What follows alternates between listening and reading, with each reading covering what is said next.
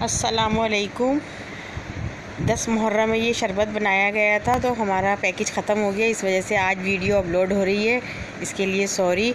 और all purse दूध आया था ये 1.5 kg का, और इसमें सारे बादाम पिस्ते वगैरह मिलाएं, चीनी मिलाई है, केवड़ा, और अगर आप चाहें तो इसमें जेली भी मिला सकते हैं, जेली और दूसरी चीज़ें, तख़्म मलंगा, और बहुत से लोग इसमें साबुदाना भी बॉयल करके मिक्स कर देते हैं शरबत में। जो चीज़ें आपको अच्छी लगती हैं वो आप इसमें मिला के यूज़ कर सकते हैं। हमारे यहाँ ये चीज़ें नहीं खाई जाती, हमारे बच्चों को पसंद नहीं है, तो बिल्कुल सिंपल सा बनाया है। कुइस डाल के, सिर्फ ग्रीन कुइस मिलाया है इसमें, और सारे बादाम पिस्ते, चीनी, केवड़ा और दूध, इसके साथ ये शरबत बनाया गया था 10 मुहर्रम वाले दिन।